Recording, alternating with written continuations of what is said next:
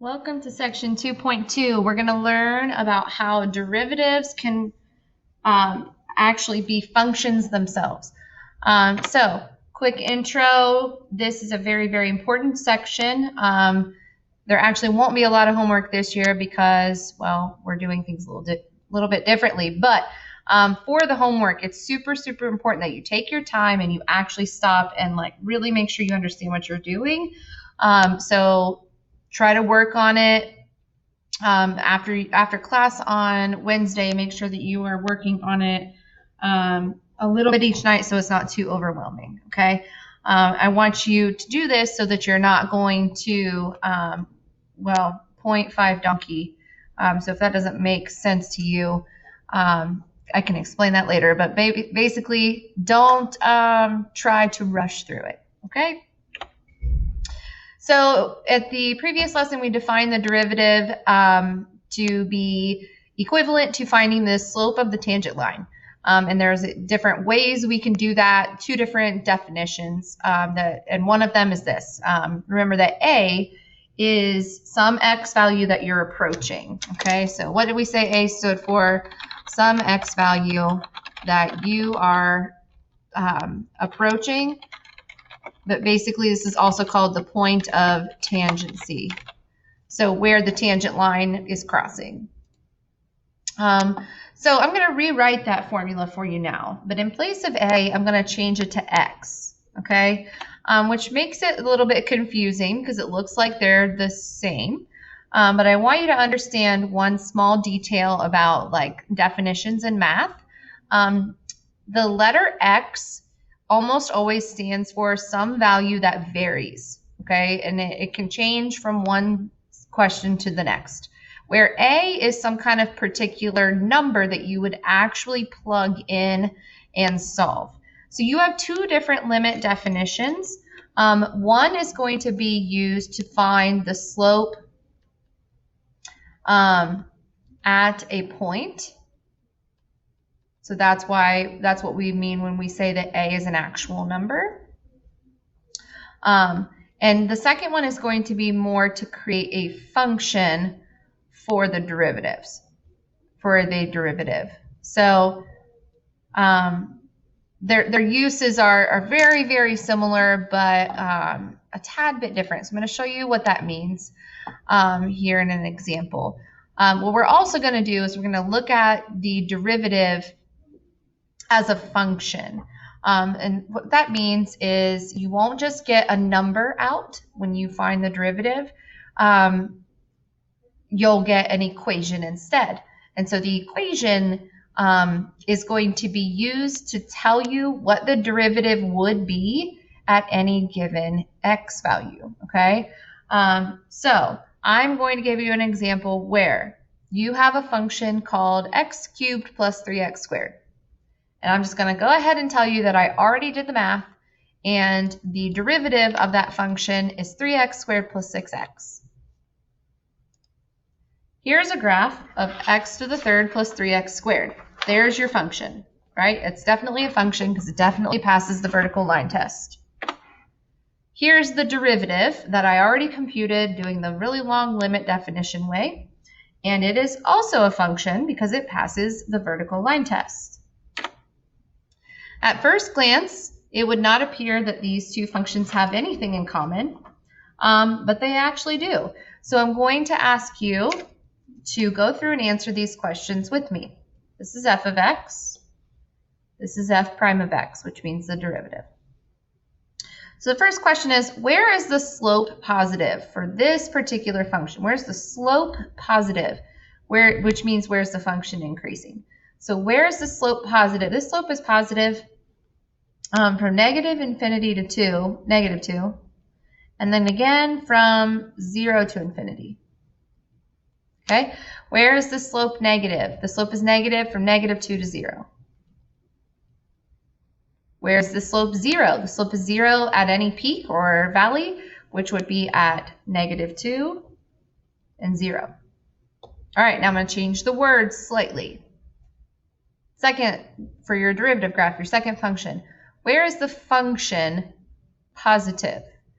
Not where's the slope positive, where's the function positive. So positive y values. Positive y values from negative infinity to negative 2.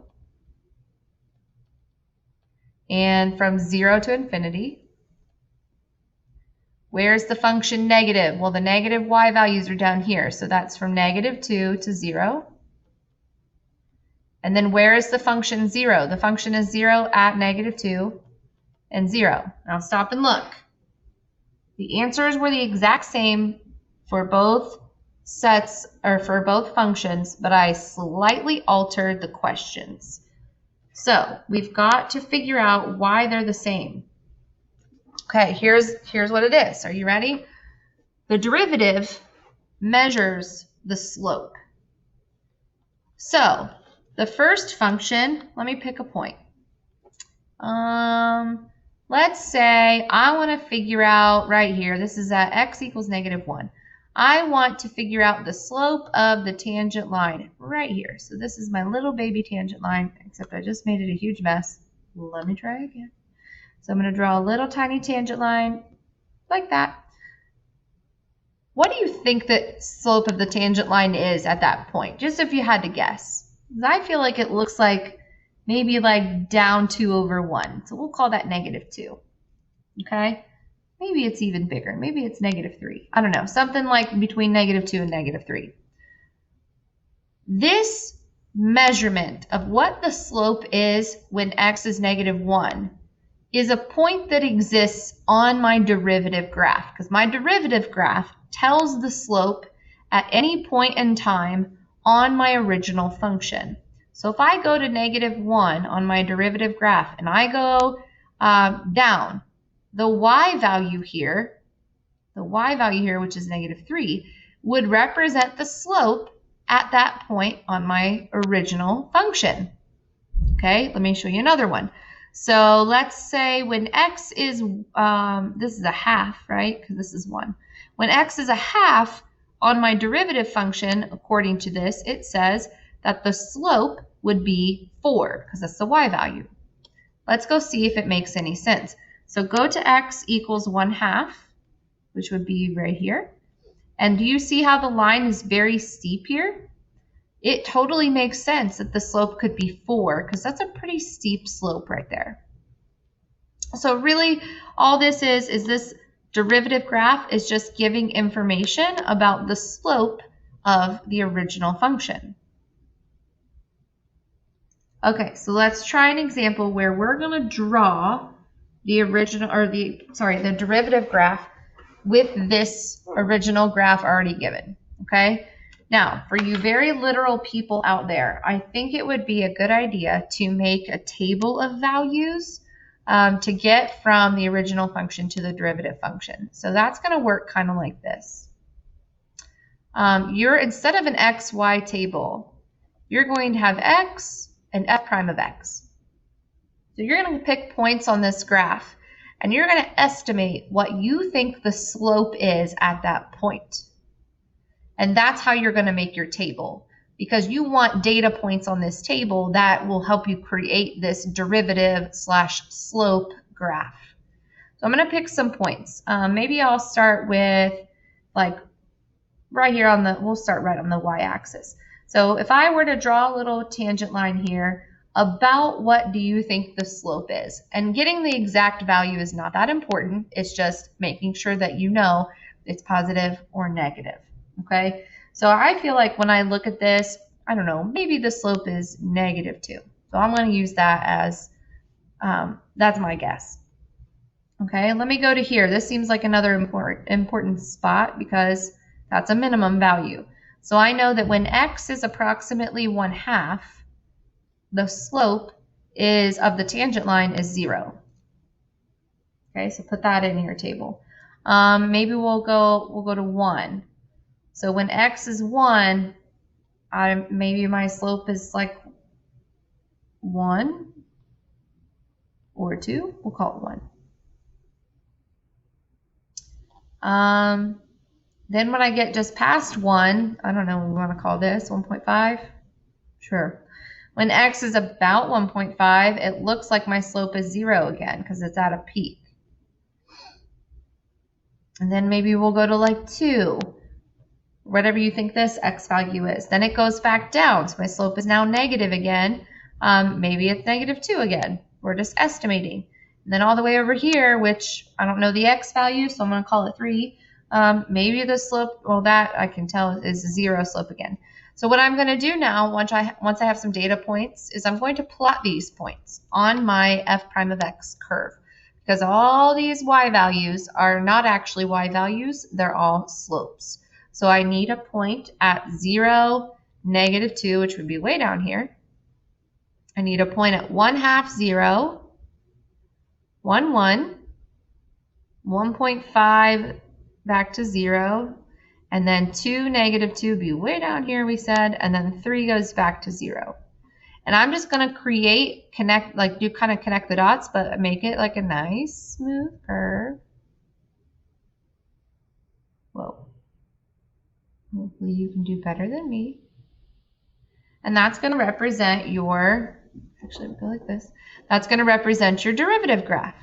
Okay, and remember, all the ordered pairs on your derivative graph represent the slope of the original function. Okay.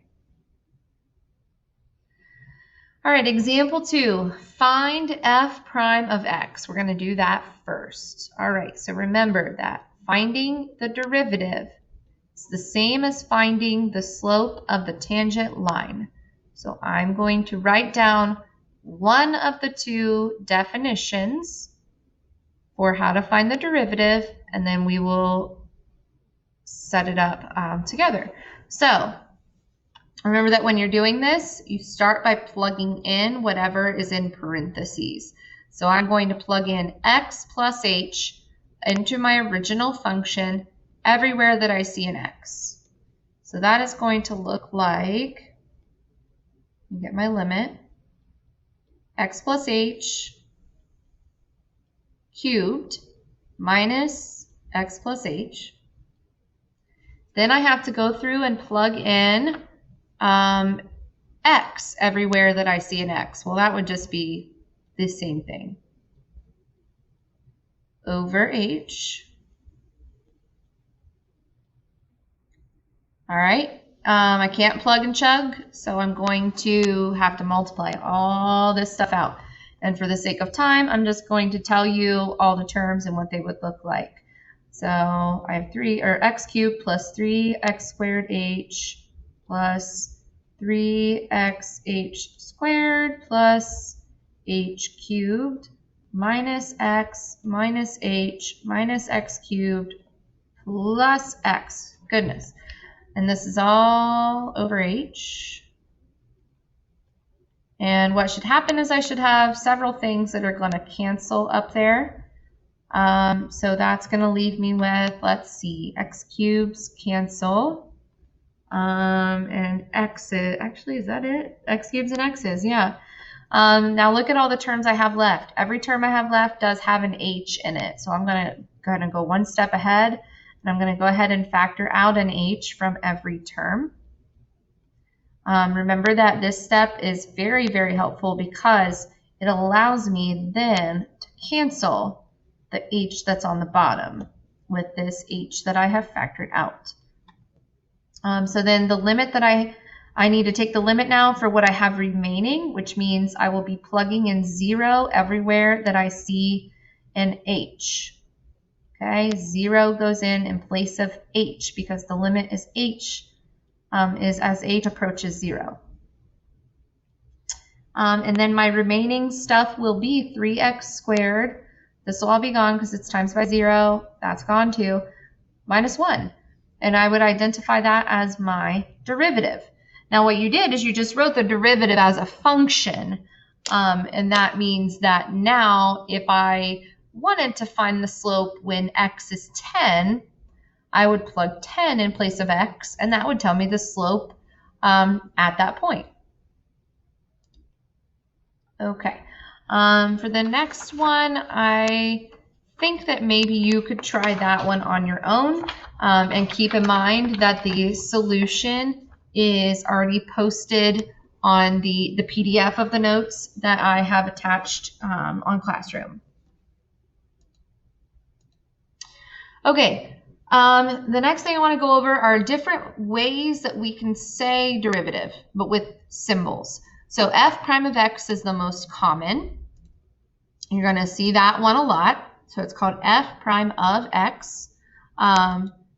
Dy over dx is also a way you can say derivative. And d means change in math. So this is like saying change in y over change in x, which is really kind of like saying slope, which is why it works for derivative. You can also use this notation where you have the function in parentheses, and then out here, this is like a command saying take the derivative with respect to x. This is, I don't hardly ever see, but just in case, this means take the derivative with respect to x of the function y. Or you could just very simply say y prime. It's just like saying f prime of x. You just shorten it and say y in place of f of x. So make sure that you understand all those notations all mean to take the derivative. You could also ask, I could ask you to take the derivative in a few different ways as well. So I could ask you to find f prime. I could ask you to find f prime of x, find df dx, take the derivative of f, derive f, differentiate f, also means it's like plural for derivative. So make sure that you understand that those all mean the same thing. So the next thing we have to learn is called differentiability. And basically we just learned that differentiate meant to take the derivative. So what do you think differentiable would mean? Just based on what we know about English, differentiable means that you can take the derivative of it. So here's a basic definition. A function f is said to be differentiable at a if f prime of a exists. So if you are actually able to find the slope of the tangent line at a point and get an answer, then your function is differentiable there because you were able to find a derivative. Okay, we could also say this. We could say the function f is differentiable on an open interval, so like from start to finish, if every value between a and b, the starting and the finish, are differentiable. Okay. So here's a closer look at some more specific examples.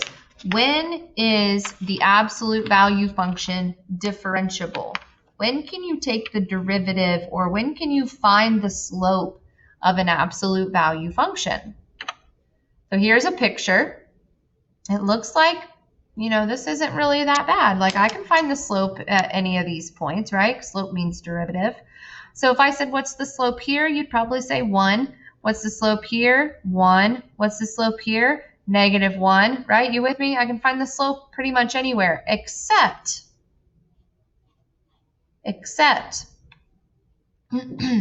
what is the slope here? What is the slope at the vertex? We don't know. We don't know the slope at the vertex. You want to know why? It's not a nice smooth curve. When there is a nice smooth curve, we can see a gradual, process into the slope, starting to go towards 0. Well, here, there's no gradual process. It's a very abrupt change. We often call this like a kink in the graph, where the line changes so abruptly from one pattern to the next that you cannot tell what the slope is at this kink in the graph. So that means that we cannot differentiate, we can't tell what the derivative is here because of the abrupt change. So where is the absolute value function differentiable? It is differentiable pretty much everywhere except when x is 0.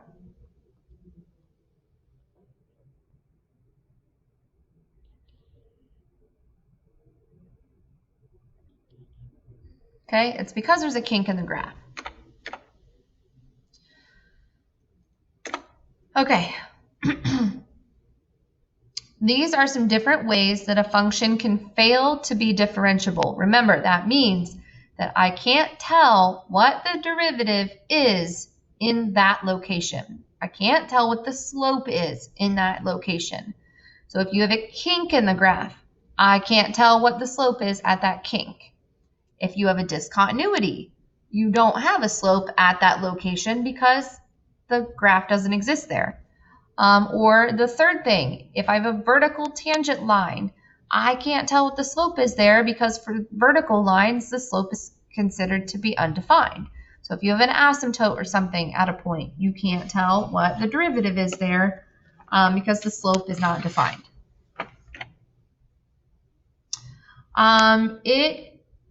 On a graphing calculator, you can determine if a function is differentiable by zooming in really close. So from far away, sometimes you can't see holes in the graph, kinks in the graph, or what have you.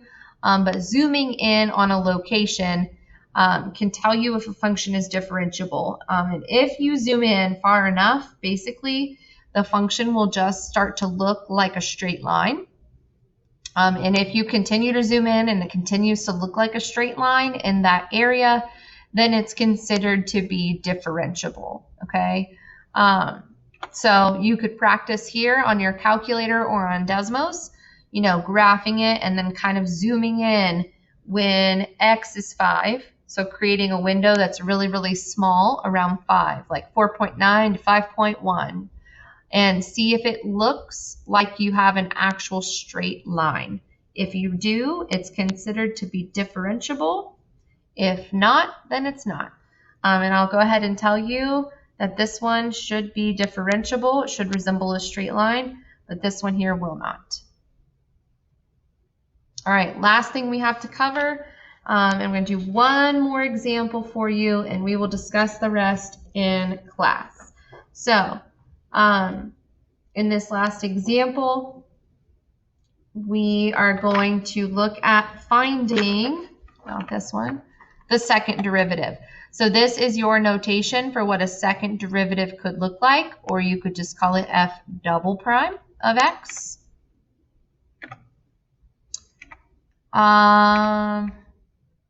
Here we go. Here's an example. So it says, if f of x equals x cubed minus x, find the third derivative of x and the fourth derivative of x.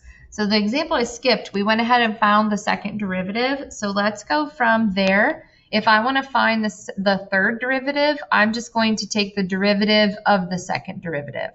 So let me write my limit notation.